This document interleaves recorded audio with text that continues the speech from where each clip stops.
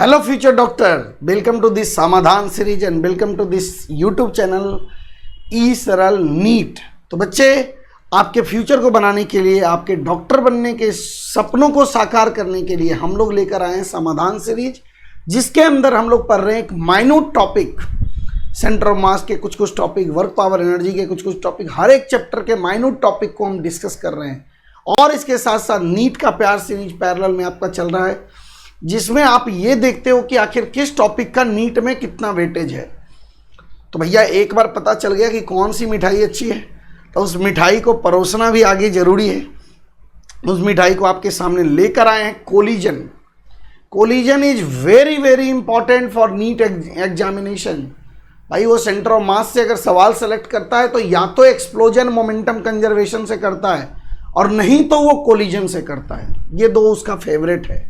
तो बच्चे ये टॉपिक को लास्ट तक जरूर पढ़ें, लास्ट तक जरूर देखें, ये आपके भविष्य के लिए शायद काफ़ी अच्छा होने वाला है।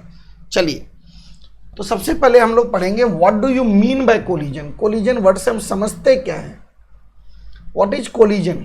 तो कोलिजन को कहते हैं हम टक्कर। कोलिजन इज बेसिकली टक्कर ऑफ टू ऑब्जेक्ट। तो बच्चे there are two type of collision, head on collision, oblique collision. अगर एक कोलाइडिंग बॉडी सेंटर से सेंटर के तरफ अप्रोच करे तो such type of collision is called head on.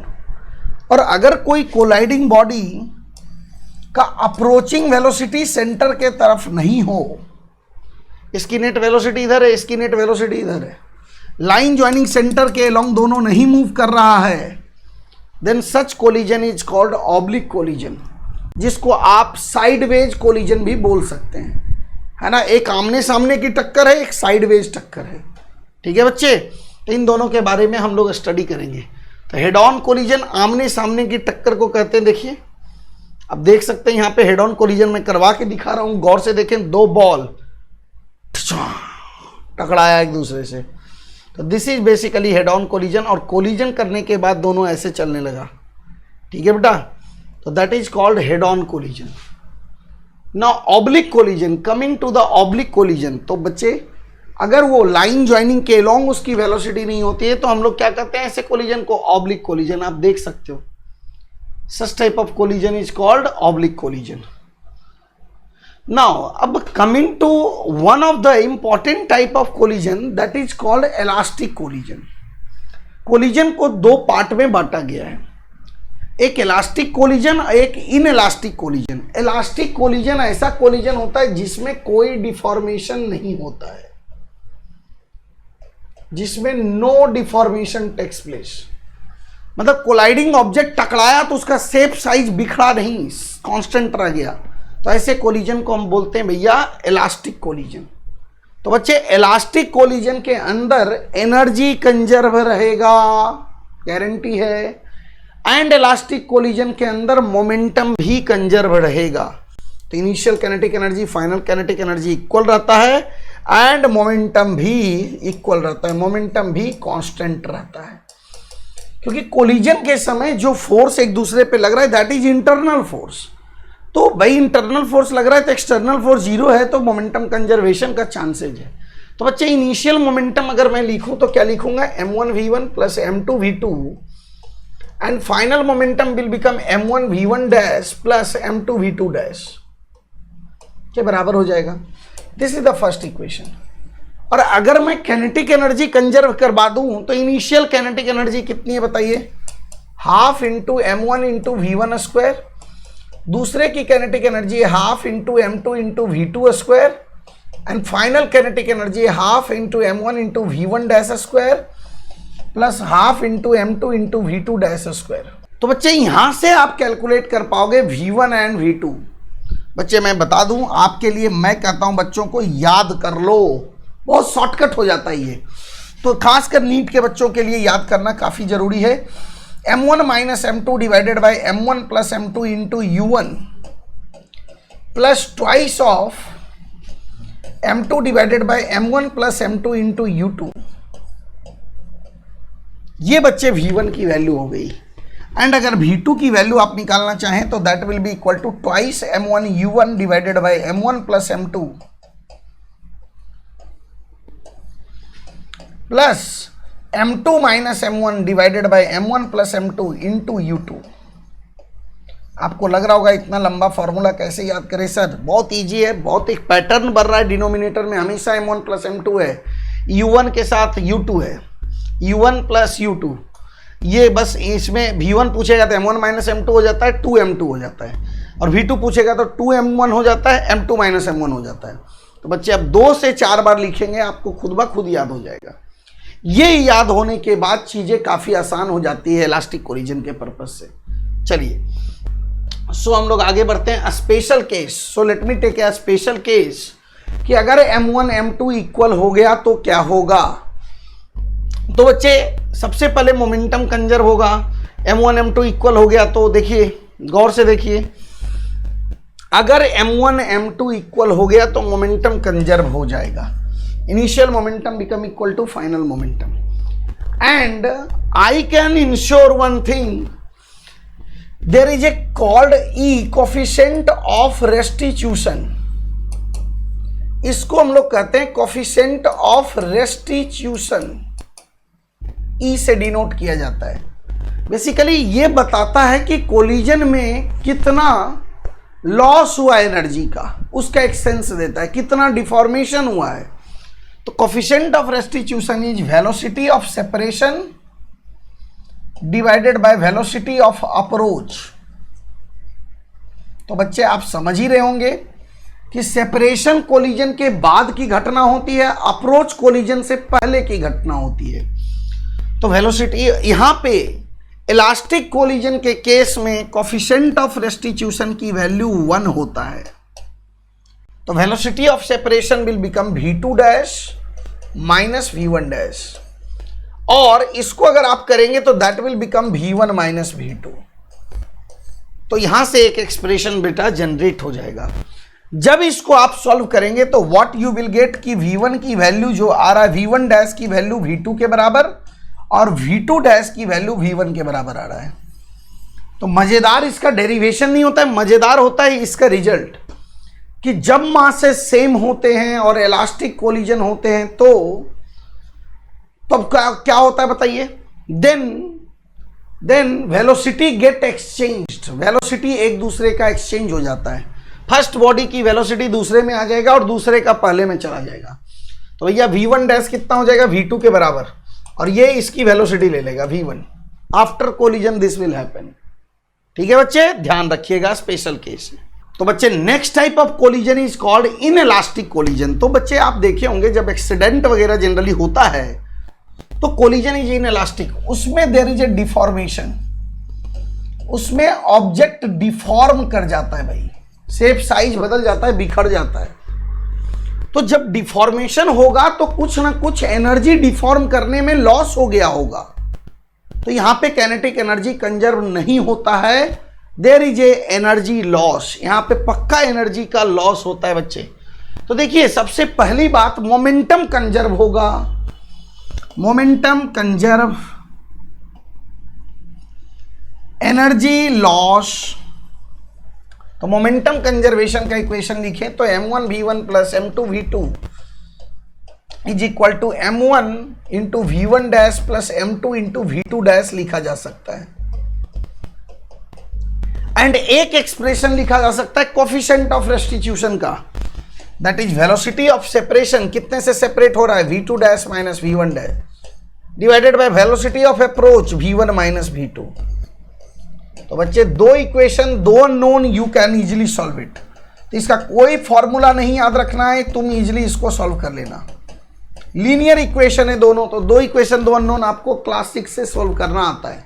चलिए तो बच्चे जैसा कि मैंने आपको बताया कि coefficient of restitution basically velocity of separation divided by velocity of approach का रेशियो होता है।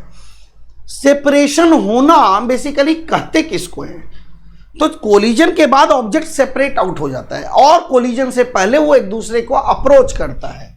तो बच्चे अगर यहाँ पे ई की वैल्यू होगा तो ये होगा।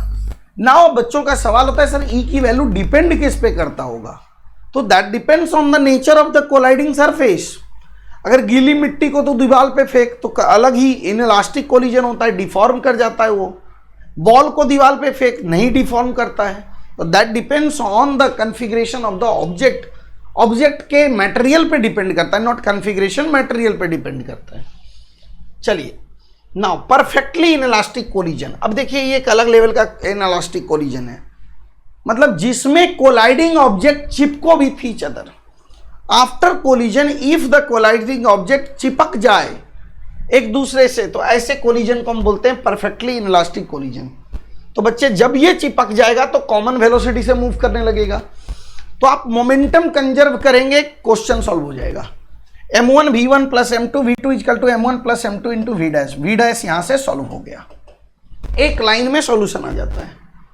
लेकिन आप याद रखना what is the coefficient of restitution in case of perfectly inelastic collision. तो जैसा कि मैंने आपको बताया इन परफेक्टली इलास्टिक कोलिजन होता क्या है कि velocity of separation becomes zero. तो यार velocity of separation by velocity of approach, और वेलोसिटी ऑफ सेपरेशन अगर जीरो हो गया तो ई की वैल्यू जीरो हो गया। ठीक है बेटा, ई की वैल्यू जीरो हो गया। चलिए अब देखिए थोड़ा सा कोफिशिएंट ऑफ रेस्टिट्यूशन के बारे में हम लोग पढ़ लेते हैं। दुनिया का हर एक कोलिजन इलास्टिक, परफेक्टली इलास्टिक और परफेक्टली इनइलास्टिक के बीच में लाई करता है। तो बच्चे कोफिशिएंट ऑफ रेस्टिट्यूशन की वैल्यू 0 से 1 के बीच में लाई करेगा। It will be 0 for perfectly inelastic collision and it will be 1 for perfectly elastic collision. बाकी बीच में जो भी इनइलास्टिक कोलिजन है उसमें कोफिशिएंट ऑफ रेस्टिट्यूशन की वैल्यू 0 से 1 के बीच में होता है, याद रखिएगा इस चीज को। नाउ ये बहुत इंपॉर्टेंट फॉर्मूला है। देखिए हमेशा नीट एंट्रेंस में कई बार पूछा जा चुका है कि काइनेटिक एनर्जी लॉस कितना होगा कोलिजन के बाद। तो अगर इलास्टिक कोलिजन हो रहा है तो कोई एनर्जी लॉस नहीं होता है, बट अगर परफेक्टली इनइलास्टिक कोलिजन या कोई भी इनइलास्टिक कोलिजन हो रहा है तो एनर्जी लॉस होगा। तो बच्चे एक टेक्निक है कि आप फाइनल वेलोसिटी निकाल लो, initial kinetic energy, final kinetic energy निकालो, सब्ट्रैक्ट करो, लेकिन वो लेंथियर प्रोसेस है, आप 10 सेकेंड में इस फॉर्मूले से आप कर सकते हो। ठीक है कि काइनेटिक एनर्जी लॉस की जो वैल्यू होती है वो half into m1 m2 divided by m1 plus m2 into velocity of approach का square into 1 minus E square के बराबर होता है। बेसिकली बच्चे इसका डेरिवेशन सेंटर ऑफ मास के फ्रेम पे बैठ करके एनर्जी निकालने से किया जाता है। खैर हमें उससे ज़्यादा कोई मतलब नहीं है नीट पॉइंट ऑफ व्यू से, मुझे सिर्फ ये फॉर्मूला से मतलब है कि डायरेक्ट काइनेटिक एनर्जी लॉस आ जाएगा। Half into m1 m2 divided by m1 plus m2, इसको रेड्यूस्ड मास भी बोलते हैं, इंटू वेलोसिटी ऑफ अप्रोच का square into 1 minus E square. एक फॉर्मूला सब पे भारी। अगर आपको परफेक्टली इलास्टिक कोलिजन बोला, ई की वैल्यू 1 पुट कर दो, काइनेटिक एनर्जी लॉस 0 हो जाएगा। ठीक है बच्चे, तो इस फॉर्मूला को हमेशा के लिए याद रख लीजिए। Now coming to the oblique collision, हालांकि नीट में ज्यादा आता नहीं है बट स्टिल हमें जानकारी होना चाहिए ऑब्लिक कोलिजन के बारे में। तो देखिए जब भी ऑब्लिक कोलिजन कोई ऑब्जेक्ट करता है तो सिंपल सी बात समझना है, impact of the collision is perpendicular to the colliding surface. जैसे ये ऑब्जेक्ट और ये ऑब्जेक्ट देखिए इधर गया, ये इधर गया, कोलाइड कर गया भाई, तो ये वाला कंपोनेंट ही चेंज होगा, इसके एलोंग इंपैक्ट होगा, इंपैक्ट होगा बेटा, इसके एलोंग इंपैक्ट होगा, लाइन ज्वाइनिंग देयर सेंटर्स के एलोंग इंपैक्ट होगा। मतलब सरफेस जो कोलाइडिंग सरफेस है उसके परपेंडिकुलर लाइन ज्वाइनिंग सेंटर्स आता है, उसके एलोंग कोलिजन का इंपैक्ट होगा। ठीक है बच्चे, very good. So this is all about the oblique collision. ये हालांकि ज़्यादातर नहीं पूछेगा बट इतना याद रखेंगे कि ऑब्लिक कोलिजन के केस में इंपैक्ट कोलिजन के सरफेस के परपेंडिकुलर होता है। जैसे देखिए ये एक ऑब्जेक्ट है, अगर मान लीजिए ये इससे टकरा गया तो बच्चे it will have two velocity in this direction, in this direction. तो जब इंपैक्ट ऑफ कोलिजन की अगर मैं बात करूं तो that will be perpendicular to the colliding surface. तो ये वाला वेलोसिटी चेंज होगा, ये वाला वेलोसिटी चेंज नहीं होगा, ये कांस्टेंट रहेगा and this velocity will change, ये चेंज कर जाएगा। ठीक है बच्चे, very good, excellent, very good. तो ये कोलिजन का पार्ट हमने पूरा रिवाइज कर लिया, जो कि नीट के लिए काफ़ी इंपॉर्टेंट है। इसको अच्छे तरीके से आप शायद समझ गए हो। जितने फॉर्मूला मैंने बताया, जितने पर्टिकुलर केस के बारे में मैंने बताया, वो नीट पॉइंट ऑफ व्यू से एक एक लाइन काफ़ी आपके लिए इंपॉर्टेंट है। तो इसको अच्छे तरीके से रिवाइज कर जाएं और इसी तरीके से ई सरल के साथ अपना प्यार बरकरार रखें, है ना। और बच्चे, आप डॉक्टर बनने के सपने को साकार करो, यही यार हम लोगों की खुशी होगी, हम लोग का सबसे बड़ा अवार्ड होगा। तो बच्चे, आप मन से पढ़ो, हमेशा अच्छे तरीके से मेहनत करते रहो और कभी हार मत मानो। मानो जब जोर लगाता है पत्थर पानी बन जाता है, सुरमा नहीं विचलित होते, क्षण एक नहीं धीरज खोते। तो कभी धीरज ना खोएंगे, मचाते रहें। Wish you all the best.